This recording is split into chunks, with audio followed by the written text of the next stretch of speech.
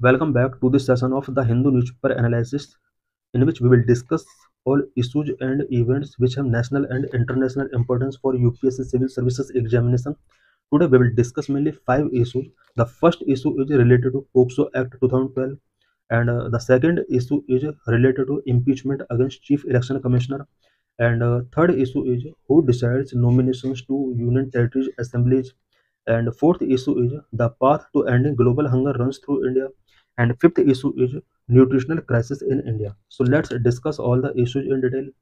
Recently, Karnataka High Court has said that POCSO Act is gender neutral and it can be made against women also. In this lecture, we will discuss various provisions of POCSO Act 2012. Why news? Declaring that the offense of penetrative sexual assault can be alleged against a woman under the Protection of Children from Sexual Offences POCSO Act 2012, as this law is gender neutral. Karnataka high court ने कहा है कि POCSO act किसी women के against भी apply किया जा सकता है बिकॉज ये एक्ट जेंडर न्यूट्रल है। और रिसेंटली जो केस आया है, इस केस के अंडर एक वुमेन के द्वारा एक 13 ईयर ओल्ड बॉय के अगेंस्ट पेनिट्रेटिव सेक्सुअल असॉल्ट किया गया है। Karnataka high court refuse to quash a criminal case against a 52 year old women who allegedly compelled a 13 year old boy for sex with her at her residence during 2020 में कर्नाटक के अंदर एक 52 year old women ने 13 year old boy के ऊपर penetrative sexual assault किया और इसके ऊपर पोक्सो एक्ट यहाँ पर अप्लाई किया गया है। इसी केस के रिगार्डिंग हाई कोर्ट ने कहा है कि वुमेन के अगेंस्ट भी पोक्सो एक्ट अप्लाई किया जा सकता है। Argument on behalf of the accused, accuse के बिहाफ में क्या आर्गुमेंट दिए गए? एग्रावेटेड सेक्सुअल असॉल्ट और rape can not be involved against the women but court rejected it. Accuse के बिहाफ में आर्गुमेंट दिया गया कि एग्रावेटेड सेक्सुअल असॉल्ट और रेप के अंदर वुमेन को गिल्टी नहीं डिक्लेयर किया जा सकता, और बट कोर्ट ने इसको रिजेक्ट कर दिया। इस पर कोर्ट का क्या आर्गुमेंट था? Section 4 and 6 of POCSO Act make it clear that anyone who compel a minor child to do penetrative or other sexual act with him or other persons is an offender. Court ने कहा कि कोई भी, चाहे वो man है या women है, अगर वो माइनर चाइल्ड को सेक्सुअल एक्ट के लिए कॉम्पेल करता है, देन वो पर्सन, मैन या वुमेन, ऑफेंडर होगा। In an intercourse, the woman is only a passive participant and a man is an active participant. The court pointed out that this thought itself an archaic. Court ने कहा कि women sexual act में passive participant होती है and man active participant होता है। ये जो थॉट है अब ये पुराना हो चुका है। What is POCSO act? POCSO is the first comprehensive law in India aims to address offences of sexual exploitation and sexual abuse of children below the age of 18 years. 18 years के below children के against कोई sexual exploitation या sexual abuse अगर होता है तो इसको address करने के लिए इंडिया के अंदर एक कम्प्रिहेंसिव लॉ पोक्सो एक्ट 2012 में पास किया गया। This law was enacted in 2012 and is administered by the ministry of women and child development. 2012 में पोक्सो एक्ट पास किया जाता है and ministry of child women and child development के द्वारा इसको एडमिनिस्टर किया जाता है। It was intended to protect children from sexual assault, sexual harassment, and pornographic violations, as well as to establish a special code for such trials.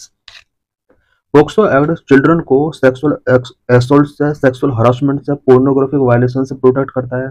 साथ ही इस act के according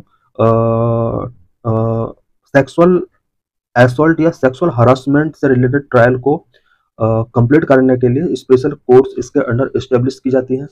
Act was amended in 2019 to strengthen the penalties for specified offences in order to deter abusers. Abusers को deter करने के लिए 2019 में POCSO act को amend करके इसको स्ट्रेंथ किया जाता है और पेनल्टीज इसमें थोड़ा स्ट्रिक्ट की जाती हैं।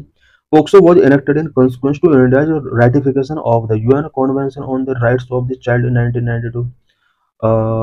पोक्सो एक्ट जो इनेक्ट किया गया है वो तब इनेक्ट किया गया जब इंडिया ने UN convention on the rights of the child in 1992 का रेक्टिफिकेशन यहाँ पर क्लियर किया। इसके बाद इंडिया के अंदर पोक्सो एक्ट पास किया जाता है।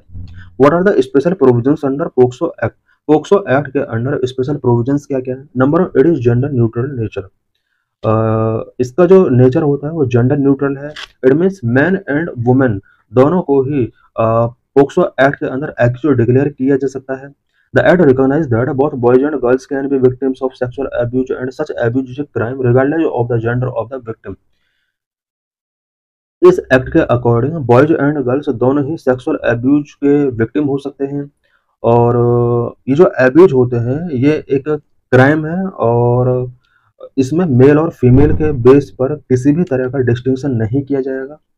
जिस तरह से अभी हम केस के रिगार्डिंग अभी हमने देखा कि एक 52 ईयर वुमेन ने 13 ईयर ओल्ड बॉय के साथ सेक्सुअल एक्टिविटी करने के लिए उसको फोर्स किया, और इस वुमेन के अगेंस्ट पोक्सो एक्ट अभी अप्लाई किया गया है। Number of confidentiality of victims identity. As per section 23 of the POCSO act 2012, the identity of child victims must be keep confidential. Child victim की आइडेंटिटी कॉन्फिडेंशियल रखने का provision इसके अंदर किया गया है। स्पेशली पोक्सो एक्ट सेक्शन 23 के अंदर ये प्रोविजन किया गया है। मीडिया रिपोर्ट्स और any other can not disclose any detail that could reveal the victims identity including their name, address and family information. POCSO act के अंडर यहाँ पर प्रोविजन किया गया सेक्शन 23 के अंदर कि कोई भी मीडिया रिपोर्ट के अंडर किसी भी विक्टिम के नेम, एड्रेस, फैमिली इंफॉर्मेशन को डिस्क्लोज नहीं कर सकता। Number 3, mandatory reporting of any child abuse cases. कोई भी अगर चाइल्ड अब्यूज केस किसी पर्सन को दिखता है तो उसका रिपोर्ट करना मैंडेटरी है। Section 19-22 compel individuals who have knowledge or reasonable suspicion of such offences to report them to concerned authorities। Section 19 to 22 के अंदर पीपल को ये कॉम्पेल किया गया है कि अगर पीपल को लगता है कि किसी चिल्ड्रन के साथ कोई सेक्सुअल एक्टिविटी हो रही है या सेक्सुअल ऑफेंस उसके अगेंस्ट किया जा रहा है, तो वो कंसर्न अथॉरिटीज को इससे रिलेटेड इंफॉर्मेशन गिवन करें। Number 4, non reporting is a crime. Any person in charge of an institution who fail to report the commission of a sexual offence may face punishment. POCSO act के अंदर यह भी provision किया गया है कि कोई किसी इंस्टीट्यूशन का अगर इंचार्ज है और उसको लगता है कि किसी बच्चे के साथ उसके इंस्टीट्यूशन में सेक्सुअल ऑफेंस हो रहा है, और इस केस में अगर वो पर्सन रिपोर्ट नहीं कर पाता है, देन उसको पनिशमेंट फेस करना होगा। इट मीन्स यहाँ पर अगर किसी स्कूल के अंदर, फॉर एग्जांपल स्कूल के अंदर किसी चिल्ड्रन के अगेंस्ट सेक्सुअल हरासमेंट किया जा रहा है, सेक्सुअल एक्टिविटी की जा रही है, और टीचर्स को ये चीज़ पता है या प्रिंसिपल को अगर ये चीज़ पता है और उसके बाद भी वो रिपोर्ट नहीं फाइल कराते हैं, देन टीचर्स और प्रिंसिपल सभी को पनिशमेंट यहाँ पर फेस करना होगा। ये पोक्सो एक्ट के अंदर प्रोविजन किया गया सेक्शन 19, 20, 21, 22 के अंदर। Number 1, no time limit for reporting abuse. A victim may report an offence at any time even years after the abuse has occurred. POCSO act के अंदर प्रोविजन किया गया है कि एब्यूज से रिलेटेड रिपोर्टिंग का कोई टाइम लिमिट नहीं है। विक्टिम को अगर लगता है कि 10 ईयर पहले उसके साथ कोई सेक्सुअल एक्टिविटी या सेक्सुअल हरासमेंट या एब्यूज हुआ था, देन वो 10 ईयर के बाद भी इससे रिलेटेड रिपोर्ट कर सकती है या कर सकता है। Challenges in better implementation of the POCSO act 2012। POCSO act 2012 के बिफोर इम्प्लीमेंटेशन से रिलेटेड क्या क्या चैलेंजेस हैं। Number 1, lack of support aggrieved person. Aggrieved person को उतना सपोर्ट नहीं मिल पाता है जितना मिलना चाहिए। A critical lack in the implementation of the POCSO Act 2012 is the absence of support person for victims। Victims को सपोर्ट करने वाले पर्सन्स नहीं मिल पाते हैं, और पोक्सो एक्ट 2012 के इम्प्लीमेंटेशन में सबसे बड़ा लैक है। The supreme court found that in 96% of the POCSO cases victims were not provided necessary support throughout the legal process. Supreme court ने फाइंड आउट किया कि पोक्सो केसेस में 90-60% विक्टिम्स को throughout the legal process necessary support नहीं मिल पाता है। A support person may be any person और organisation working in the field of child rights और चाइल्ड प्रोटेक्शन। सपोर्ट पर्सन कोई भी हो सकता है, कोई ऑर्गेनाइजेशन हो सकता है जो उस फील्ड में वर्क कर रहा है, स्पेशली चाइल्ड राइट के लिए जो वर्क कर रहा है, चाइल्ड प्रोटेक्शन के लिए कोई अगर ऑर्गेनाइजेशन वर्क कर रहा है तो वो भी सपोर्ट पर्सन के रूप में फॉरवर्ड हो सकता है। Number of insufficient POCSO code. Not all districts have POCSO code. As of 2022, only 408 POCSO codes were established across 28 states as part of the Fast Track Special Courts Scheme। POCSO act के under fast track special court scheme भी launch की गई, but India के अंदर जो main problem है वो ये है कि ऑल डिस्ट्रिक्ट के अंदर पोक्सो कोड नहीं है। 2022 के एक डाटा के अकॉर्डिंग इंडिया के अंदर टोटल 28 स्टेट में ओनली 408 पोक्सो कोर्ट हैं। Number 3, special public prosecutors shortage. India के अंदर स्पेशल पब्लिक प्रोसिक्यूटर का काफी शॉर्टेज है। There is a lack of special public prosecutors specifically trained और handle cases of POCSO. India के अंदर पोक्सो केसेस को हैंडल करने के लिए स्पेशल पब्लिक प्रोसिक्यूटर्स की कमी है और इन्हें स्पेसिफिक ट्रेनिंग भी पोक्सो केसेस को हैंडल करने के लिए नहीं गिवन की गई है। What is the status of crime against children in India. India में चिल्ड्रन के अगेंस्ट क्राइम का क्या स्टेटस है। According to the US based national centre for missing and exploited children NCMEC, India currently accounts for the maximum number of the online child sexual abuse imagery in the world, followed by Thailand। NCMEC के according India के अंदर online child sexual abuse के cases सबसे ज्यादा हैं। Second number पर Thailand आता है। It means online child sexual abuse imaginary से रिलेटेड मैटर में इंडिया पूरे वर्ल्ड के अंदर टॉप पर है। सेकंड नंबर पर थाईलैंड है। Delhi top the list for the maximum child porn uploads, followed by Maharashtra, Gujarat, UP and West Bengal. Child porn upload सबसे ज्यादा दिल्ली के अंदर की जाती है। उसके बाद सेकंड नंबर पर Maharashtra, third number Gujarat, fourth number पर यूपी एंड फिफ्थ नंबर पर वेस्ट बंगाल आता है। According to the national crime records bureau report 2023, about 781 cases of creating और storing child porn were recorded in 2018।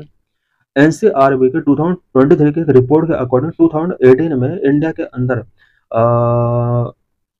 Child pornography creating and storing से related 781 cases file किए गए थे।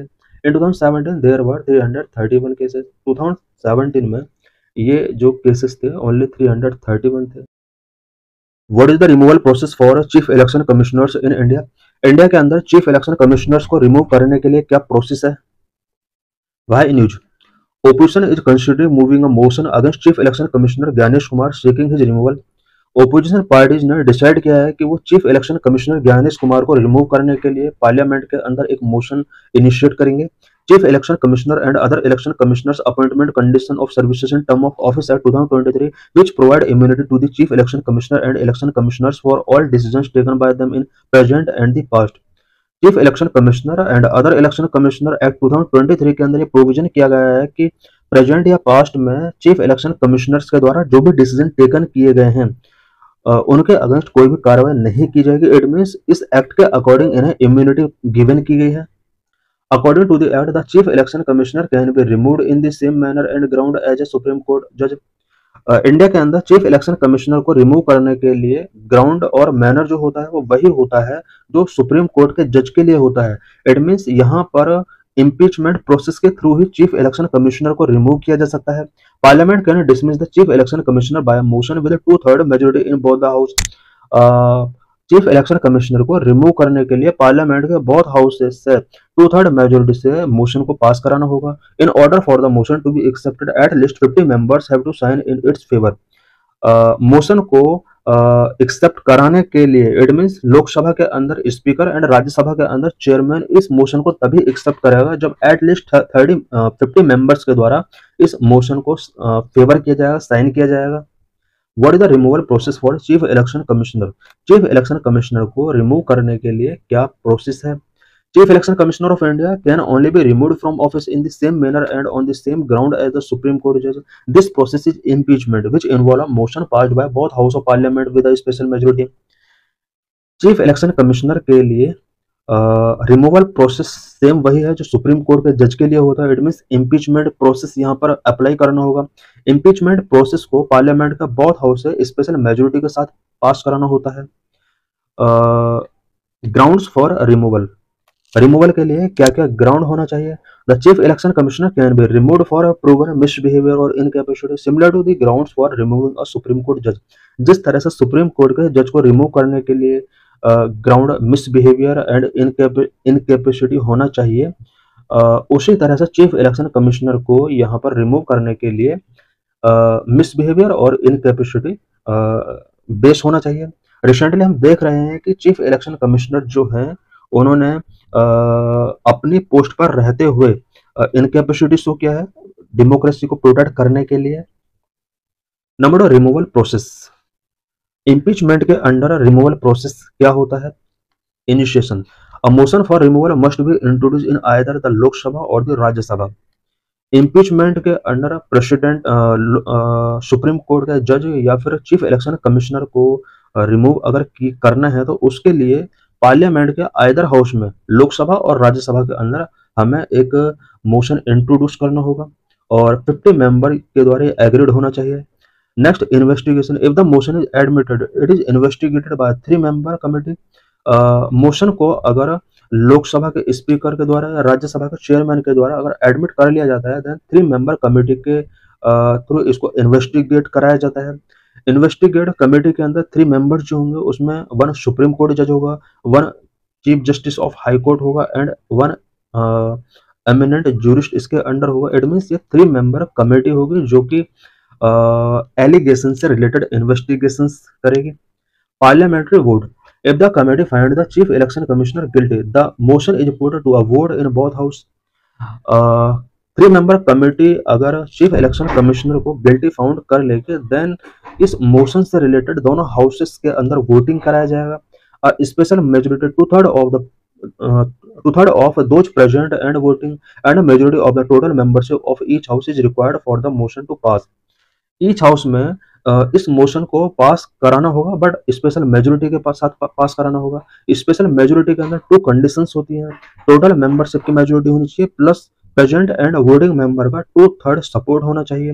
Next, presidential order. If motion is passed in both house the president issue an order removing the chief election commissioner from the office. Parliament का बहुत house है, special majority के साथ अगर ये मोशन पास हो जाता है then president chief election commissioner को ऑफिस से रिमूव करने से रिलेटेड एक ऑर्डर इशू करेगा। सम अदर की important points. Election commissioners can be removed by the president on the recommendation of the chief election commissioner. Chief election commissioner के साथ जो अदर 2 मेंबर होते हैं उन मेंबर को अगर रिमूव करना है तो उसके लिए इम्पीचमेंट प्रोसेस फॉलो नहीं किया जाता है बल्कि चीफ इलेक्शन कमिश्नर के रिकमेंडेशन पर प्रेसिडेंट उन्हें नॉर्मली तरीके से रिमूव कर सकता है। The process ensure the independence and security of tenure of the chief election commissioner protecting them from the arbitrary removal. The constitution and the election commission conditions of service of election commissioners and the transition of business act 1991 govern the removal process. Chief election commissioner और other election commissioners के removal process को जो govern किया जाता है वो 1991 के act के अकॉर्डिंग गवर्न किया जाता है। It means removal chief election commissioner और अदर कमिश्नर्स को रिमूव करने के लिए जो प्रोसेस है वो constitution and the election commission act 1991 के अंदर गिवन किया गया है। In this lecture we will discuss power of president and governors to nominate members in Lok Sabha, Rajya Sabha, state legislature and UTs.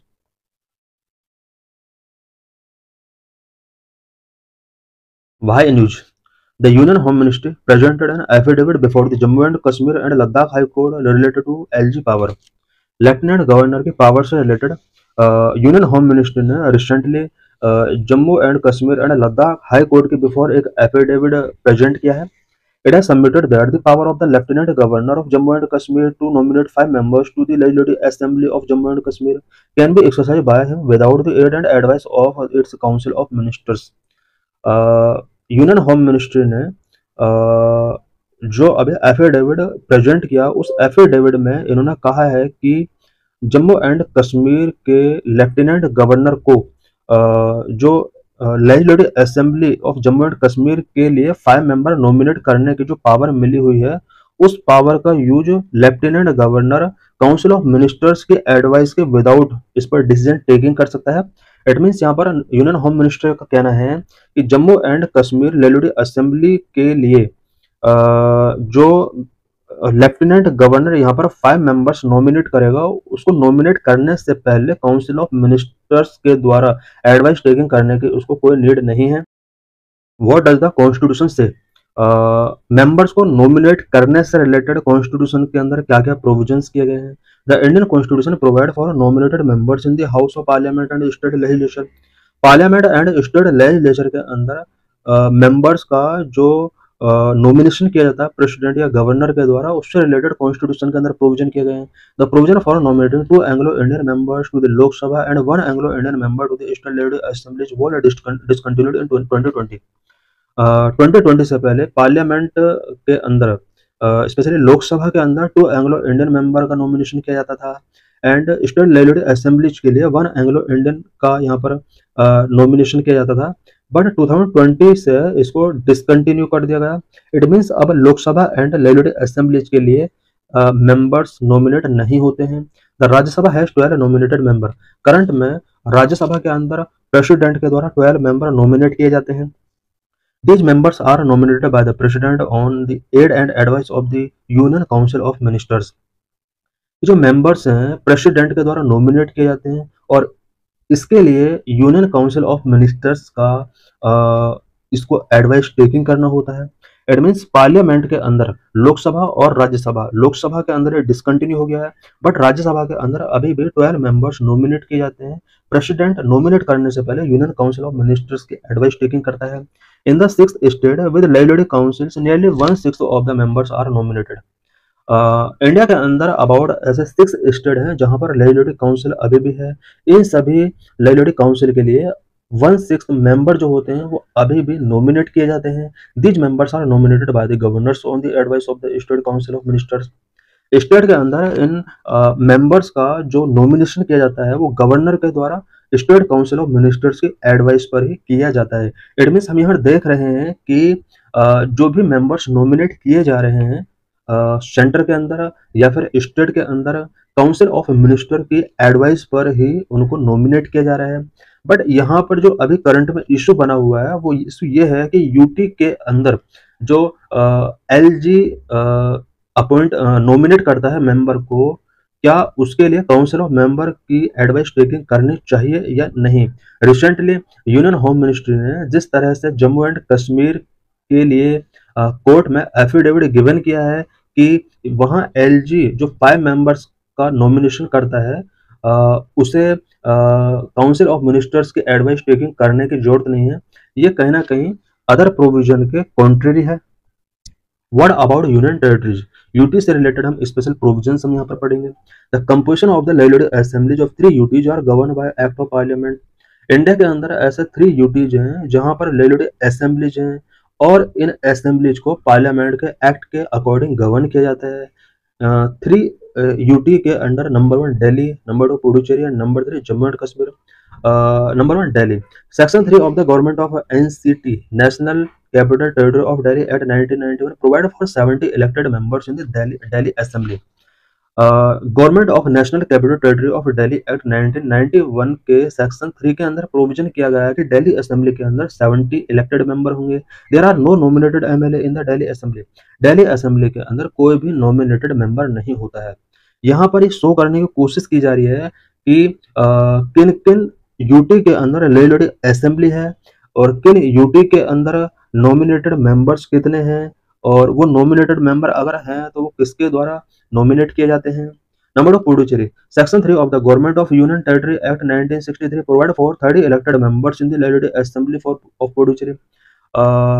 Puducherry के लिए भी एक एक्ट बना हुआ government of union territory act 1963 section 3 के अकॉर्डिंग पुडुचेरी की जो लेजिस्लेटिव असेंबली है उसके अंदर 30 इलेक्टेड मेंबर हैं। It also provide that the union government may nominate up to 3 members to the Puducherry assembly. इसके अंदर ये भी प्रोविजन किया गया है कि पुडुचेरी असेंबली के लिए यूनियन गवर्नमेंट चाहे तो 3 मेंबर्स को नॉमिनेट कर सकती है। अब यहाँ पर यूनियन गवर्नमेंट के लिए कहा गया है पर अभी तक हमने देखा कि पार्लियामेंट के अंदर और स्टेट लेजिस्लेटिव असेंबली के अंदर प्रेसिडेंट या गवर्नर अगर नॉमिनेट कर रहा है मेंबर्स को तो उसके लिए काउंसिल ऑफ मिनिस्टर्स की यहाँ पर एडवाइस टेकिंग करनी पड़ रही है। लेकिन यहाँ पर यूनियन गवर्नमेंट को यहाँ पर नॉमिनेट करने की पावर मिली हुई है। Jammu and Kashmir. Section 14 of the Jammu and Kashmir reorganisation act 2019 provide for a total of 90 elected seats in the legislative assembly of Jammu and Kashmir. Jammu and Kashmir reorganisation act 2019 के सेक्शन 14 के अंदर प्रोविजन किया गया है कि Jammu and Kashmir legislative assembly के अंदर 90 इलेक्टेड मेंबर होंगे। In addition section 15, 15A and 15B provide that the LG may nominate a total of up to 5 member. Jammu and Kashmir reorganisation act 2019 का सेक्शन 15, 15A, 15B के अंदर प्रोविजन किया गया है कि एलजी लेफ्टिनेंट गवर्नर चाहे तो 5 मेंबर्स को नॉमिनेट कर सकता है। इन 5 मेंबर में से 2 वुमेन होंगे, 2 कश्मीरी माइग्रेंट्स होंगे एंड 1 डिस्प्लेस्ड पर्सन होगा from PoK. What have court rule? Nomination के रिगार्डिंग कोड का क्या रूल रहा है इससे पहले? The procedure for nomination of members to the Puducherry assembly came up before the Madras high court in K Lakshmi Narayan versus union of India 2018 case. 2018 में Lakshmi Narayan versus union of India case के under Madras high court का एक decision आता है और इस decision के अंदर जो ये जो डिसीजन आता है मेनली मेंबर के नॉमिनेशन के लिए क्या प्रोसेस होना चाहिए उसके रिगार्डिंग डिसीजन आता है। The court upheld the power of the union government to nominate 3 members to the assembly. Specially Puducherry से रिलेटेड ये इशू था जिसके अंदर यूनियन गवर्नमेंट को यहाँ पर 5 मेंबर नॉमिनेट यूनियन गवर्नमेंट को यहाँ पर 3 मेंबर नॉमिनेट करने की जो पावर मिली हुई थी इससे रिलेटेड केस फाइल किया गया था। कोर्ट के अंदर ये पहुंचता है और कोर्ट ने यहाँ पर डिक्लेयर कर दिया है कि यूनियन गवर्नमेंट जो 3 मेंबर्स को पुडुचेरी असेंबली के लिए नॉमिनेट करती है वो सही है, इसने सही डिक्लेयर किया and that is need not be based on the advice of the UT council of ministers. और इसके अंदर ये डिक्लेयर किया है कि काउंसिल ऑफ मिनिस्टर्स यूटी की जो काउंसिल ऑफ मिनिस्टर्स हैं उसका एडवाइस टेकिंग करने की इसमें जरूरत नहीं है। What is the concept of triple chain of command? Supreme court के द्वारा ट्रिपल चेन ऑफ कमांड का कंसेप्ट दिया गया था। वो कंसेप्ट क्या है? In the government of NCT of Delhi versus union of India 2023 case, the supreme court had delved into the concept of triple chain of command that ensure democratic accountability। Triple chain of command का जो concept है ये supreme court के द्वारा 2023 में Delhi versus union of India के द्वारा दिया गया है जो कि डेमोक्रेटिक अकाउंटेबिलिटी को इंश्योर करने के लिए है। In this triple chain of command opined that the court civil servants are accountable to ministers, ministers are accountable to the legislature, and the legislature is accountable to the electorate। Triple chain of command के का जो principal है इस principal के according supreme court ने कहा कि civil servants जो होते हैं वो मिनिस्टर्स के अगेंस्ट के लिए अकाउंटेबल हैं, मिनिस्टर्स लेजिस्लेचर के प्रति अकाउंटेबल हैं एंड लेजिस्लेचर जो है वो इलेक्टोरेट के प्रति अकाउंटेबल हैं। It therefore held that the LG is bound by the aid and advice of the Council of Ministers in all matters except where the Delhi Assembly does not have legislative power। Delhi assembly को जहां पर legislative power नहीं मिली हुई है उस matter में LG को without council of ministers advice के कोई भी डिसीजन टेकिंग करने का यहाँ पर राइट मिला हुआ है। इट मीन्स यहाँ पर कोर्ट ने कहा था कि एलजी को काउंसिल ऑफ मिनिस्टर्स की एडवाइस के अकॉर्डिंग वर्क करना होगा। ओनली वो उस मैटर पर इंडिपेंडेंट तरीके से वर्क कर सकता है जो कि दिल्ली असेंबली की लेजिस्लेटिव पावर के अंडर नहीं आते हैं। What should be done? IUT does not enjoy the same status of the full-fledged state in our federal setup। हमारे फेडरल सेटअप में यूटी को वो स्टेटस नहीं मिला होता है जो कि फुल फ्लैड स्टेट्स को मिला होता है। Our UTs with assemblies have their own elected government that is accountable to its population. कुछ यूटीज के अंदर असेंबली होती है, उन यूटीज के अंदर इलेक्टेड गवर्नमेंट होती है जो कि पॉपुलेशन के प्रति अकाउंटेबल होती है। The nomination of MLA does not create any issue when the same party is in power at the center and the union territory। Member या एमएलए का नॉमिनेशन से रिलेटेड प्रॉब्लम उन स्टेट के अंदर नहीं आती है या उस सिचुएशन में नहीं आती है जब सेंटर और उस यूटी के अंदर स्पेशली सेम पार्टी की गवर्नमेंट है। However, political difference between the union government and UT government should not derail the democratic process in the UT। Union government और यूटी गवर्नमेंट के बीच में अगर पॉलिटिकल डिफरेंस है तो इसकी वजह से पॉलिटिकल प्रोसेस को डिरेल नहीं, डेमोक्रेटिक प्रोसेस को डिरेल नहीं करना चाहिए। In this lecture we will discuss about nutritional crisis in India. Lecture is important for GS paper 3, for prelims, for mains. Why news? The United Nations newly released the State of Food Security and Nutrition in the World 2025 report that 673 million people, 8.2% of the world's population, were undernourished in 2024। Recently United nation के द्वारा the state of food security and nutrition in the world 2025 report release किया गया है। इस report के according 2024 में यानी last year पूरे वर्ल्ड के अंदर about 673 million people undernourished थे। इट मींस वर्ल्ड के ओवरऑल पॉपुलेशन का अबाउट 8.2% पॉपुलेशन अंडर नरिश्ड थी। This is down from 688 million in 2023। 2023 में जो ये डाटा था 688 मिलियन का डाटा था। इट मींस 2023 में अबाउट पूरे वर्ल्ड के अंदर 688 मिलियन पीपल अंडर नरिश्ड थे। Although we have not yet return to the pre pandemic levels. Pre pandemic level का अगर डाटा देखा जाए तो वहां पर ये जो डाटा था वो 7.3% का था। इट मींस ओवरऑल पॉपुलेशन का 7.3% लोग अंडर नरिश्ड थे। India has played a decisive role in this global progress. Global progress की अगर बात की जाए इट मींस अंडर नरिशमेंट से रिलेटेड इसको बेटर करने के लिए इंडिया ने वेरियस इनिशिएटिव्स टेकिंग किए हैं। The gains are the result of policy investment in food security and nutrition, increasingly driven by the digital technology, smarter governance, and improved service delivery. India के अंदर nutrition को improvement करने के लिए various initiatives taking किए गए हैं, such as food security and nutrition से related policy investment and digital technology पर फोकस किया गया, गवर्नेंस को स्मार्ट किया गया एंड इम्प्रूव सर्विस डिलीवरी को यहाँ पर इम्प्रूव किया गया। Latest national sample survey data on household consumption so that the prevalence of undernourishment in India decline from 14.3% 2022 to 12% in 2022-24।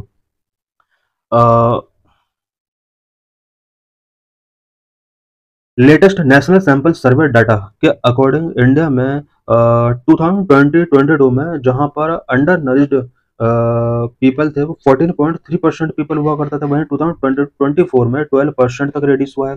It means India के अंदर undernourished population काफी speed के साथ यहाँ पर डिक्रीज हुई है। What is nutritional security? Nutritional security क्या होता है? Nutritional security is physical, economic and social access to balance diet, clean water, safe environment and health care for every individual. Every individual को अगर physically, economically and socially balanced diet तक उसका access easy होता है, clean drinking water अगर उन्हें मिलता है, सेफ एनवायरनमेंट, हेल्थ केयर, ये सब अगर मिलती हैं उन्हें इजीली तरीके से, this is known as nutritional security. What is the status of nutrition insecurity in India? India के अंदर न्यूट्रिशन इनसिक्योरिटी से रिलेटेड क्या डाटा है? According to the national sample survey office household consumption expenditure survey 2022-23, the average daily per capita calorie requirement for a healthy life is 2172 kcal in rural India and 2135 kcal in urban India. National sample survey office के house hold consumption expenditure survey 2022-23 के according average पर capita calorie requirement जो है एक healthy life के लिए rural India के people के लिए 2170 कैलोरी है, वहीं अर्बन इंडियन पीपल के लिए 2135 कैलोरी रिक्वायरमेंट है। इट मीन्स इतना कैलोरी एक पर्सन को हेल्दी रहने के लिए पर डे टेकिंग करना चाहिए। The poorest 10% of the population fall very behind of these requirements, with average daily intake of only 1,564 to 1,764 calorie in rural areas and 1,607 to 1,773 calorie in urban areas. Country के पूरा 10% population का अगर compare किया जाए तो in person को per day healthy life के लिए इतना कैलोरी नहीं मिल पा रही है जितना कैलोरी फिक्स किया गया है। पुअर रूरल एरियाज में रहने वाले जो लोग हैं वो पर डे 1564 के आसपास कैलोरी टेकिंग कर पा रहे हैं, जबकि फिक्स है 2172। वहीं अर्बन एरिया के पीपल 1607 कैलोरी टेकिंग कर पा रहे हैं, जबकि उनका जो नीड है वो 2135 कैलोरी है। The stark nutritional deficiency among the poorest segment of society highlight the urgent need for targeted nutritional scheme. Society के जो पोरेस्ट सेगमेंट हैं उनके अंदर हम स्टार्क न्यूट्रिशनल डिफिशियंसी देख रहे हैं, और इस प्रॉब्लम को एड्रेस करने के लिए टारगेटेड न्यूट्रिशनल स्कीम हमें लॉन्च करना होगा। What are latest finding of national family health survey 5 regarding malnutrition? Malnutrition के regarding national family health survey 5 की क्या क्या फाइंडिंग्स रही हैं? More than half of the Indian women between 15 to 49 age group are anaemic. India के अंदर 15 to 49 age group की more than half women anaemic से एनीमिक फेस कर रही हैं। इट मीन्स उनके अंदर आयरन की कहीं ना कहीं ब्लड की कमी है, आयरन की कमी है। The prevalence of stunting low height for age among children under 5 years is 35.5%। बात अगर स्टंटिंग की जाए, stunting means low height for age, age के अकॉर्डिंग अगर हाइट लो रहती है, this is known as stunting. And 5 years के जितने भी चिल्ड्रन हैं इंडिया के अंदर, 35.5% चिल्ड्रन के अंदर स्टंटिंग है। The prevalence of wasting, wasting means low weight for height among children under 5 years is 19.3%। वास्टिंग एक ऐसी सिचुएशन होती है जहां चिल्ड्रन की हाइट तो बढ़ती है बट वेट नहीं बढ़ पाता है। इस तरह के टोटल चिल्ड्रन इंडिया के अंदर 19.3% है। The proportion of under weight children in India is 32.1%। Under weight children की अगर बात की जाए तो अंडर वेट चिल्ड्रन इंडिया के अंदर 32.1% है। What are the reasons for lack of nutritional security in India? India के अंदर न्यूट्रिशनल सिक्योरिटी का लैक के क्या क्या रीजंस है? Number one, affordability issues for the poor house hold. Poor household के अंदर अफोर्डेबिलिटी यानी न्यूट्रियस फूड को अफोर्ड करना उनके लिए बहुत ही डिफिकल्ट होता है। Affordability of nutritious food product such as protein diet, green leafy vegetables has become very difficult for the poor household in India. India के अंदर पूरा हाउस होल्ड के लिए protein rich diet, green leafy vegetables को afford करना बहुत ही difficult हो चुका है। The increasing wealth inequality has also exacerbated nutritional insecurity. Top 10% of the Indian household 57 has 57% of the national income. India के अंदर वेल्थ इनइक्वालिटी जिस तरह से इंक्रीज हो रही है, इसने भी न्यूट्रिशनल इनसिक्योरिटी को काफी एक्सरबेट किया है। बिकॉज इंडिया के टॉप 10% पीपल के पास नेशनल इनकम का 57% है। Number more focus on stable food, India के अंदर स्टेबल फूड पर बहुत ज्यादा फोकस किया जा रहा है, वहीं न्यूट्रिएंट रिच क्रॉप पर फोकस नहीं किया जा रहा है। Agriculture policies in India like green revolution है prioritise the production of staple food crop such as rice and wheat but not focus on nutrient rich crops. India के अंदर जो भी एग्रीकल्चरल पॉलिसीज रही हैं सच एज ग्रीन रेवोल्यूशन, सभी policies के अंदर staple crop such as rice and wheat पर बहुत ज्यादा इनको प्रायोरिटाइज दी गई है, जबकि न्यूट्रिएंट रिच क्रॉप पर फोकस नहीं किया गया है। It has lead to micronutrient deficiency among the population, population के अंदर इसके वजह से माइक्रो न्यूट्रिएंट डिफिशियंसी बहुत ज्यादा इंक्रीज हो रही है। Number three, calorie fundamentalism, the focus of the PDS has been limited to only food security and calorie requirement. India के अंदर जो पीडीएस सिस्टम है, PDS means public distribution system के अंदर जो भी फूड प्रोवाइड कराया जाता है पॉपुलेशन के लिए, ये ओनली फूड सिक्योरिटी तक लिमिटेड है एंड कैलोरी रिक्वायरमेंट से तक लिमिटेड है। Nutritional development has not been taken into account, PDS के अंदर न्यूट्रिशनल डेवलपमेंट से रिलेटेड फोकस नहीं किया गया है। पीडीएस के अंदर ऐसे आइटम्स का डिस्ट्रीब्यूशन पब्लिक के लिए नहीं किया जा रहा है जो कि फुल ऑफ न्यूट्रिशनल है। Number four, lagged in effective implementation of child care practices, child care practices को इफेक्टिवली तरीके से इंप्लीमेंट नहीं किया जा रहा है, जिसकी वजह से चाइल्ड के अंदर स्टंटिंग, वास्टिंग जैसी प्रॉब्लम बहुत ज्यादा बढ़ रही है। Child caring practices such as breast feeding, breast feeding and introduction of complementary food and a diversified diet after the first 6 months are not properly implemented. India के अंदर child caring practices such as breast feeding and complementary food का introduction, ये सब first 6 month में, after the first 6 month के बाद इन्हें properly तरीके से चाइल्ड केयरिंग प्रैक्टिसेस को इम्प्लीमेंट नहीं कराया जा रहा है। For example, only 55% of the children in India were exclusively breast feed in 2015 and 16। 2015-16 के डाटा के अकॉर्डिंग इंडिया के अंदर ओनली 55% चिल्ड्रन ने ही ब्रेस्ट फीड किया था। Number 5, growth of junk food and fast food culture, India के अंदर junk food and fast food culture का ग्रोथ बहुत ही स्पीड के साथ हो रहा है। Cheaper and easily available fast and junk food has replaced the nutritious food in the dietary intake of Indian population.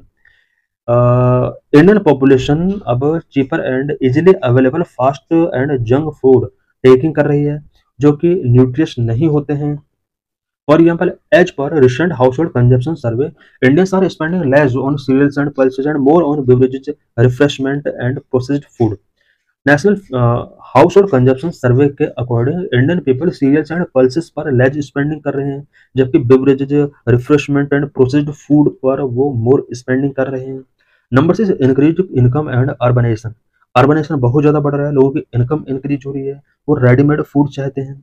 Increased income level of people have led to rise in the consumption of food high in sugar, fat and low physical activity. Because India में people का income धीरे धीरे rise हुआ है, जिसकी वजह से food का कंजप्शन राइज हुआ और स्पेशली पीपल अब sugar, fat and low physical activity वाले फूड को ज़्यादा टेकिंग कर रहे हैं। Number 7, feminine marginalization in nutrition. Nutrition के रिस्पेक्ट में फेमिनाइन मार्जिनलाइजेशन बहुत ज़्यादा शो हो रहे हैं। The nutritional requirement of young female in poor and lower middle income household are not prioritize. Young female specially poor and lower middle income household के अंदर उन्हें जो न्यूट्रिशनल रिक्वायरमेंट है, उन्हें उस रिक्वायरमेंट को प्रायोरिटाइज नहीं दिया जाता है। This led to malnourished female population and their children. इसके वजह से malnourished female population and उनके चिल्ड्रन ये प्रॉब्लम फेस करते हैं। For example, large prevalence of anaemia due to inadequate focus on iron deficiency in female diet. Iron deficiency की वजह से फीमेल के अंदर एनीमिया जैसी प्रॉब्लम बहुत ज़्यादा बढ़ रही है। What are the negative effects of malnutrition? Malnutrition का नेगेटिव इफेक्ट क्या क्या हो सकते हैं? Number 1, child death. According to a Lancet study in 2019, about 68% of 1.04 million deaths of children under 5 years in India were due to malnutrition. 2019 के एक Lancet study के according India के अंदर 5 ईयर से कम ईयर के चिल्ड्रन का अबाउट 1.04 मिलियन चिल्ड्रन का death हुआ था, जिनमें से 68% जो डेथ थी वो मेल न्यूट्रिशन की वजह से थी। Number 2, improper development of children in early years. Early years में चिल्ड्रन का जो डेवलपमेंट होता है वो इम्प्रॉपर होता है। Obesity in children cause to stunted physical development. Obesity means जो फैटी हो जाते हैं बच्चे। ओबेसिटी चिल्ड्रन के अंदर जो ओबेसिटी होती है वो स्टंटेड फिजिकल डेवलपमेंट का रीजन बनती है। इट मीन्स बच्चे जो है वो स्टंटेड रह जाते हैं, उनकी हाइट नहीं इंक्रीज हो पाती है। Number 3, psychological impact. Male people face psychological challenge like body massage issues, body image issues and mental health concern due to societal stigma. Male people जितने भी होते हैं उन्हें साइकोलॉजिकल चैलेंजेस फेस करने पड़ते हैं, बिकॉज उनका जो बॉडी इमेज होता है उसकी वजह से मेंटल हेल्थ कंसर्न पैदा होते हैं, सोसाइटल स्टिग्मा उसको फेस करना पड़ता है। Number 4, economic burden. Malnutrition increase the economic burden due to productivity loss of body, which lead to decreased work efficiency and absenteeism. Mail nutrition की वजह से पीपल के ऊपर इकोनॉमिक बर्डन बढ़ता है, बिकॉज उस पर्सन की प्रोडक्टिविटी लॉस होती है एंड प्रोडक्टिविटी लॉस होने की वजह से उसका वर्किंग के लिए एफिशिएंसी डिक्रीज होती है। Number 5, social inequality and disparities. Society के अंदर इनइक्वालिटीज हैं, डिस्पैरिटीज इंक्रीज हो रही है। Malnutrition and undernourishment continue to cycle of health challenges and economic disadvantage among the vulnerable section, increase socio-economic disparity. Mostly women are disproportionately affected by the malnutrition, facing challenges related to maternal health, productivity health and overall well-being. Mail nutrition की वजह से सबसे ज़्यादा जो problem face करनी पड़ती है वो वुमेन को करनी पड़ती है, बिकॉज उन्हें maternal health, productive health and overall well being से रिलेटेड इन्हें चैलेंजेस फेस करने पड़ते हैं। What initiatives have been taken for nutritional security in India? India के अंदर न्यूट्रिशनल सिक्योरिटी को इंश्योर करने के लिए गवर्नमेंट के द्वारा क्या क्या इनिशिएटिव्स टेकिंग किए गए? Number 1, national nutrition mission NNM. NNM, also known as a Poshan Abhiyan, has been launched to reduce stunting, underweight and low birth weight each by 2% per annum. India के अंदर पोषण अभियान, जिसको नेशनल न्यूट्रिशन मिशन के नाम से भी जाना जाता है, इसको जो लॉन्च किया गया है, इसका main objective stunting, underweight and low birth weight को रिड्यूस करना, एवरी ईयर 2% तक रिड्यूस करने का टारगेट रखा गया है। It also aims to reduce anaemia among children, adults and girls and womens each by 3% per annum by 2022। National nutrition mission का जो नेक्स्ट एम है वो children, adolescent, girl and women के अंदर एनीमिया को रिड्यूस करना और पर ईयर 3% तक इसको रिड्यूस करने का यहाँ पर टारगेट रखा गया। Number national nutrition study 2017, it aims to reduce the prevalence of underweight children 0 to 3 years by 3% every year by 2022 from national family health survey 2015-16 estimate. National nutrition study 2017 के अंदर ये एम रखा गया कि एवरी ईयर 3% तक underweight children का जो prevalence है उसको रिड्यूस करना है, और इसके लिए NHFS 2015-16 के एस्टिमेट को बेस माना जाएगा। Number 3, integrated child development services ICDS. ICDS provide nutritional meal, primary health care, immunization, pre-school education, health checkup services to children under 6 years and their mothers. Under 6 years के children और उनके mothers के लिए integrated child development services के under nutritional meal, primary health care, immunisation, pre school education, health checkup services, ये सब provide कराई जाती हैं। हम आसपास देख सकते हैं कि इंटीग्रेटेड चाइल्ड डेवलपमेंट सर्विसेज के सेंटर होते हैं। Number 4, national breast feeding promotion programme. Breast feeding के लिए भी नेशनल लेवल पर प्रोग्राम है। Programme like MAA means mothers absolute affection and Vatsalya Matri Amrit Kosh aim to improve breast feeding practices. India के अंदर ब्रेस्ट फीडिंग प्रैक्टिसेस को इम्प्रूव करने के लिए माँ एंड वात्सल्य जैसे प्रोग्राम यहाँ पर लॉन्च किए गए हैं। Number 5, mid day meal scheme. It aims to provide a good meal to every child within the age group of 6 to 14 years studying in class 1 to 8 who enroll and attend school. Mid day meal scheme के under average child जो कि 6 to 14 years age group का है, class 1 to 8 में अगर वो study कर रहा है, वो एनरोल है एंड स्कूल को अटेंड कर रहा है, उसको कुक्ड मील प्रोवाइड कराया जाता है मिड डे मील स्कीम के under. This is PYQ related to this article. Question: which of the following is are the indicators used by IFPRI to compute the Global Hunger Index Report 2016? Option है सी 1 2 3, सारे के सारे क्या है ना कि global hunger index report के अंदर इंडिकेटर के तौर पर वर्क करते हैं। Under nourishment, child stunting, child mortality. This is means related question.